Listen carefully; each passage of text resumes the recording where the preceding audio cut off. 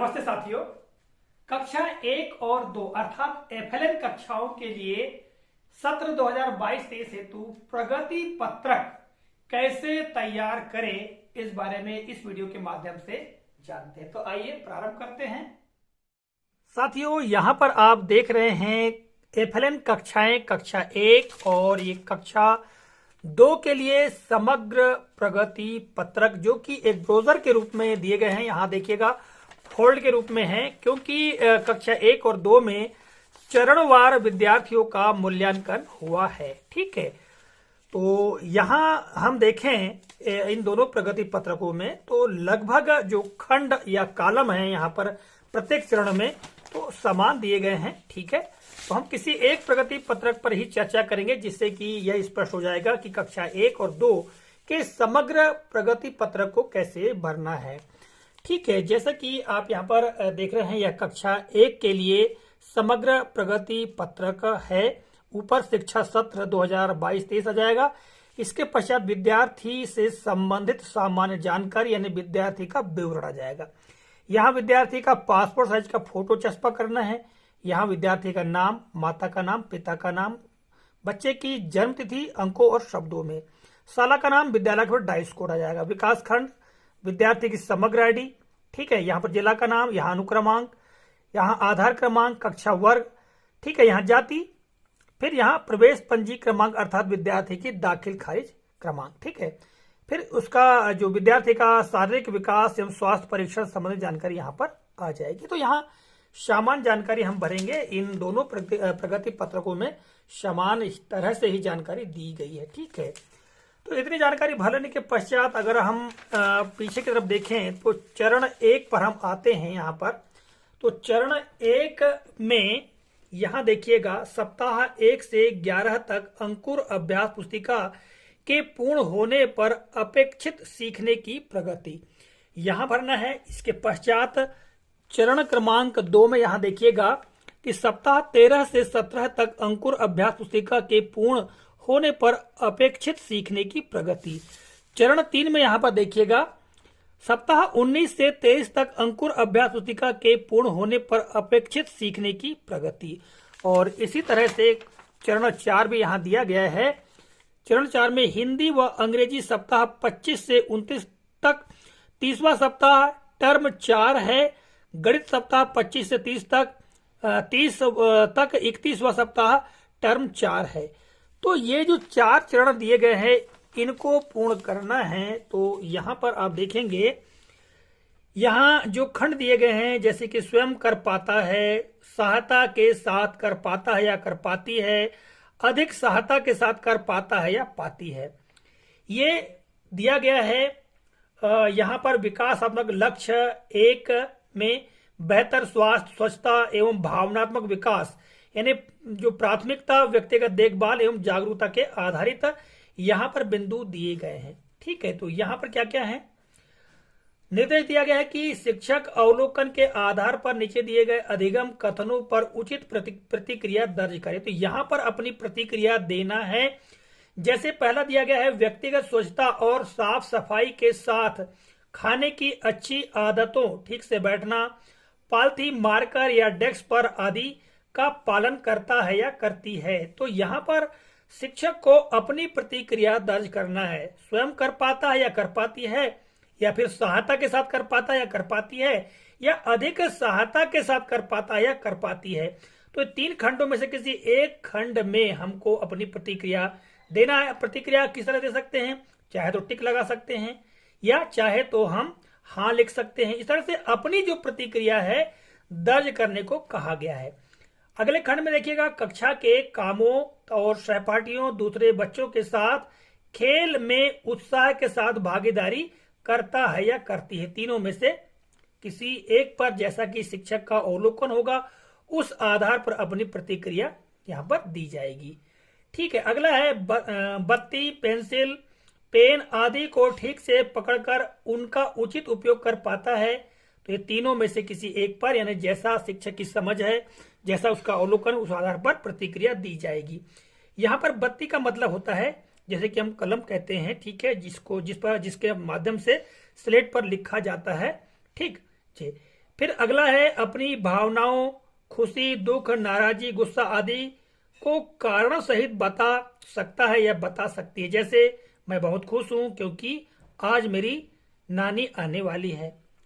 तो यहाँ जो 3 खंड दिए गए हैं, इनमें शिक्षक अपने अवलोकन के आधार पर अपनी प्रतिक्रिया दर्ज करेगा, टिक के रूप में, चाहे हाँ या नहीं के रूप में। ठीक है।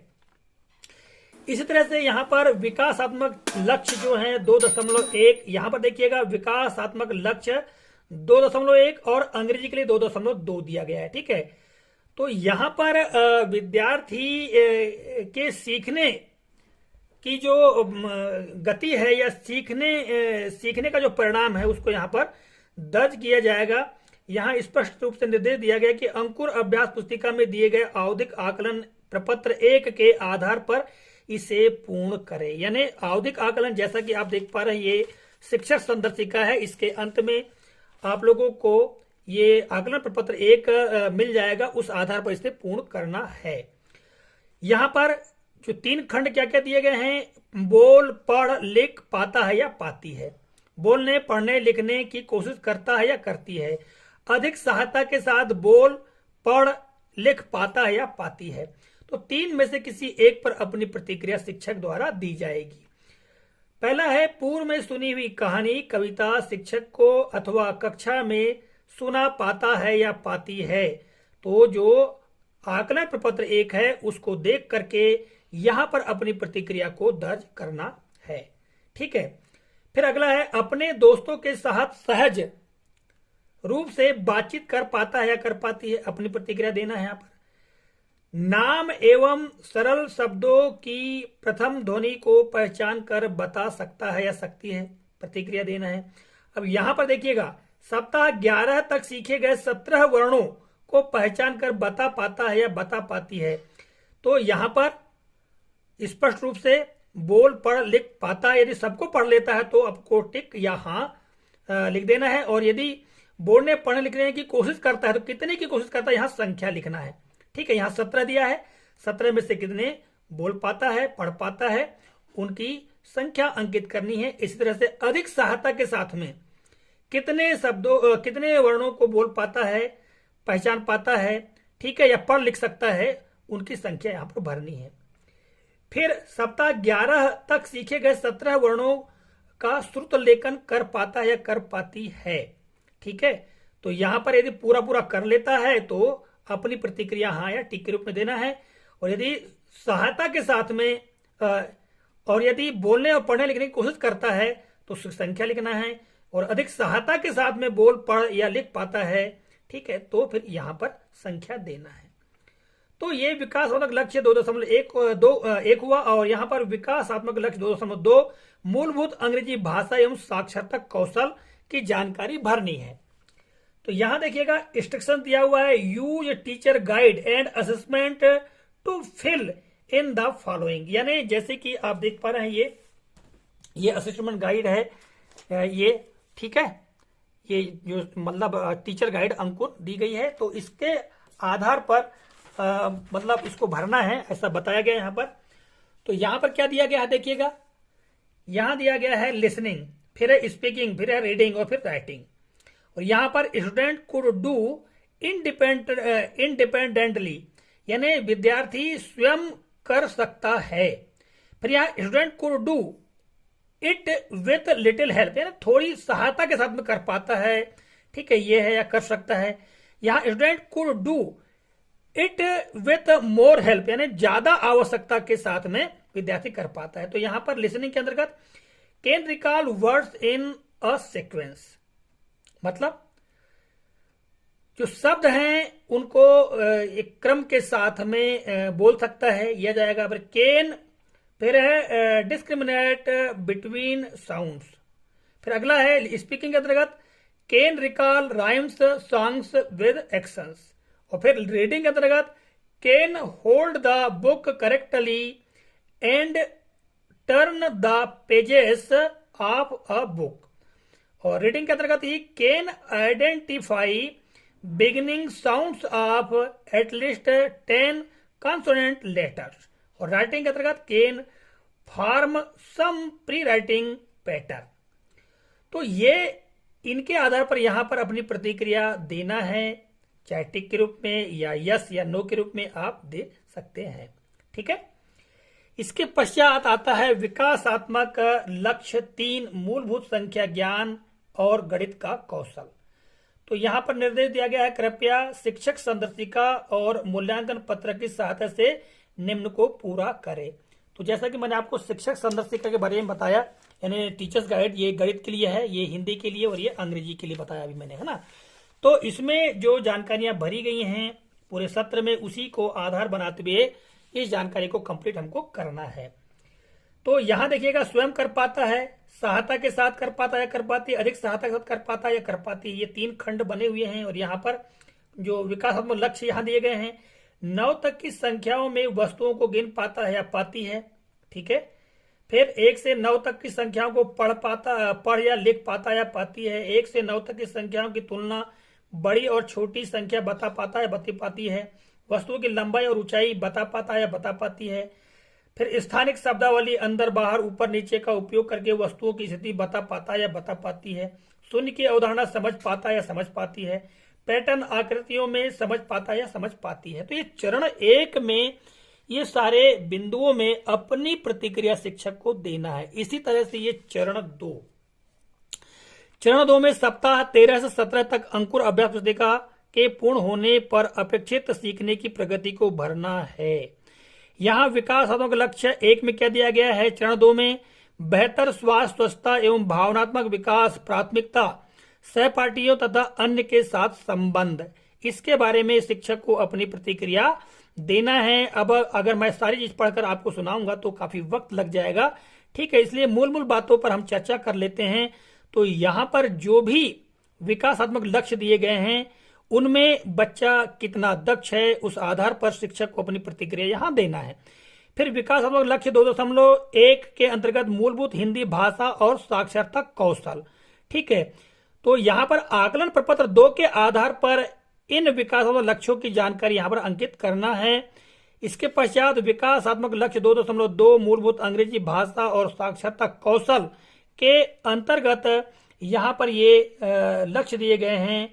ठीक है, उनको यहाँ पर भरना है। फिर विकासात्मक लक्ष्य 3 मूलभूत संख्या ज्ञान और गणित कौशल, तो यहाँ पर मूल्यांकन पत्र की सहायता से इनको पूरा करना है। ये विकासात्मक लक्ष्य दिए गए हैं। ठीक है, तो इसको पढ़ लेना। इसी तरह से यहाँ पर देखिएगा, चरण 3 में सप्ताह 19 से 23 तक अंकुर अभ्यास पुस्तिका के पूर्ण होने पर अपेक्षित सीखने की प्रगति। विकासात्मक लक्ष्य यहाँ दिया गया है 1 बेहतर स्वास्थ्य, स्वच्छता एवं भावनात्मक विकास, प्राथमिकता, विभिन्न आयोजनों गतिविधियों में सहभागिता। तो यहाँ पर जो है जो शिक्षक है अवलोकन के आधार पर, यानी बच्चों को शिक्षक देखते रहता है उनकी प्रतिक्रियाओं को। ठीक है, उनके आचार विचार या उनके जो भी कार्यक्रम है, क्रियाकलाप है, उनको देखते हुए अपनी प्रतिक्रिया को यहाँ पर दर्ज करेंगे। ठीक है, तो इसमें ये जो खंड दिए गए हैं और यहाँ पर विकासात्मक लक्ष्य दिए गए हैं। फिर विकासात्मक लक्ष्य 2.1 मूलभूत हिंदी भाषा और साक्षरता कौशल के अंतर्गत जो भी लक्ष्य दिए गए हैं, प्रपत्र 3 यानी आकलन प्रपत्र 3 के आधार पर इसको भरेंगे। यहाँ पर जो 3 खंड दिए गए हैं, 3 में से किसी एक पर शिक्षक अपनी प्रतिक्रिया को दर्ज करेगा। ठीक है, फिर विकासात्मक लक्ष्य 2.2 के अंतर्गत अंग्रेजी भाषा और साक्षरता कौशल को यहाँ पर भरेगा। ठीक है, ये विकासात्मक लक्ष्य दिए गए हैं और अपनी प्रतिक्रिया को 3 में से किसी एक खंड में देना है। इस तरह से विकासात्मक लक्ष्य 3 मूलभूत संख्या ज्ञान और गणित कौशल, इसको मूल्यांकन पत्र की सहायता से भरना है, यहाँ पर कंप्लीट करना है। ये विकासात्मक लक्ष्य दिए गए हैं। इसी तरह से जो चौथा चरण यहाँ पर आप देख पा रहे हैं, इस चौथे चरण में हिंदी व अंग्रेजी सप्ताह 25 से 29 तक, 30वां सप्ताह टर्म 4 है। गणित सप्ताह 25 से 30 तक, 31वां सप्ताह टर्म 4 है। ठीक है, तो ये दिया गया है। और यहाँ पर विकासात्मक लक्ष्य में बच्चे अच्छा स्वास्थ्य और स्वच्छता बनाए रखें, प्राथमिकता, ठीक है, सामाजिक विविधता तथा संवेदनशीलता व्यवहार के अंतर्गत शिक्षक अपने अवलोकनों के आधार पर अपनी प्रतिक्रिया को यहाँ पर दर्ज करेगा। ये विकासात्मक लक्ष्य दिए गए हैं। फिर यहाँ पर देखिएगा, विकासात्मक लक्ष्य 2.1 मूलभूत हिंदी भाषा एवं साक्षरता कौशल। ठीक है, इसके अंतर्गत जो आकलन प्रपत्र है आवधिक आकलन प्रपत्र 4, उसके आधार पर इन विकासात्मक लक्ष्यों के अंतर्गत अपनी प्रतिक्रिया को यहां भरना है किसी एक खंड में। ठीक है, यहाँ आप देखेंगे यहाँ 3 खंड दिए हैं, 3 खंड में से किसी एक खंड में भरना है। क्यों? क्योंकि निश्चित तौर से कोई विद्यार्थी जो है या तो पूरा कर पाएगा, ठीक है, या फिर कुछ सहायता के साथ करेगा या फिर बहुत अधिक सहायता के साथ करेगा। तो तीनों स्थिति में से कोई एक स्थिति बनेगी तो वो इस आधार पर किसी एक खंड में बनना है। और बाकी अगर खंडों की बात करें तो हम उसमें चाहे तो डैश कर सकते हैं या ब्लैंक छोड़ सकते हैं। ठीक है, फिर विकासात्मक लक्ष्य 2.2 मूलभूत अंग्रेजी भाषा एवं साक्षरता कौशल के अंतर्गत ये विकासात्मक लक्ष्य दिए गए हैं और अपनी प्रतिक्रिया को यहाँ दर्ज करना है। फिर विकासात्मक लक्ष्य 3, बच्चे काम से जुड़े रहने वाले शिक्षार्थी बने और अपने निकटतम परिवेश से जुड़े रहें। इसके अंतर्गत जो विकासात्मक लक्ष्य दिए गए हैं इसमें अपनी प्रतिक्रिया शिक्षक को यहाँ दर्ज करना है। तो ये 4 चरण की जानकारी यहाँ भरेंगे। इसके पश्चात यहाँ देखिएगा बच्चे की प्रगति के संबंध में शिक्षक की टिप और बच्चे के कौशलों में वृद्धि के संबंध में पालक की टिप, इनका जो गोशवारा है यहाँ पर भरा जाएगा। ठीक है, चरण 1 में विकासात्मक लक्ष्य 1 को पूर्ण कर लिया है या नहीं किया तो यहाँ पर टिप देना है। ठीक है, 2 के लिए यहाँ टिप देना है और 3 के लिए यहाँ पर टिप देना है। द्वितीय चरण के लिए इसी तरह से, तृतीय चरण के लिए इसी तरह से और चतुर्थ चरण के लिए इसी तरह से। ठीक है, टिप्पणी के लक्ष्यवार उदाहरण यहाँ पर दिए गए हैं, यानी उदाहरण यहाँ दिए गए, इन उदाहरणों को देखते हुए यहाँ पर टिप शिक्षक द्वारा अंकित की जाएगी और यहाँ पर केवल जो पालक है उसके द्वारा टिक किया जाएगा। जैसे विषय दिए गए हिंदी, अंग्रेजी और गणित। प्रगति की स्थिति क्या है प्रथम चरण में, द्वितीय चरण में, तृतीय चरण में, चतुर्थ चरण में। तो हिंदी में देखिएगा बहुत सुधार हुआ है, कुछ सुधार हुआ है, अधिक अभ्यास की आवश्यकता है। तो यहाँ पर जिस भी चरण में जो आवश्यकता है उसके आधार पर जो पालक के द्वारा टिक अंकित की जाएगा। ठीक है, तो ये हिंदी, अंग्रेजी और गणित। और पालक के द्वारा कोई अन्य टिप्पणी है तो यहाँ पर दी जा सकती है, फिर पालक के हस्ताक्षर दिनांक सहित, शिक्षक के हस्ताक्षर दिनांक सहित और यहाँ पर प्रधानाध्यापक के हस्ताक्षर, ठीक है, दिनांक सहित। तो इस तरह से ये प्रगति पत्रक है कक्षा 1 और 2 के विद्यार्थियों के लिए, जिसे कि समग्र प्रगति पत्रक कहा जाएगा। ठीक है, जो कि 4 चरणों में जो आकलन प्रपत्र है उसके आधार पर भरा जाएगा। तो कक्षा 1 और कक्षा 2 में लगभग समान खंड दिए गए हैं।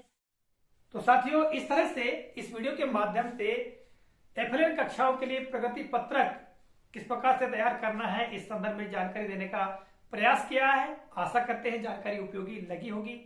मिलेंगे अगले कालखंड में इसी तरह के किसी नए प्रकरण, नई जानकारी को लेकर। तब तक के लिए जय हिंद।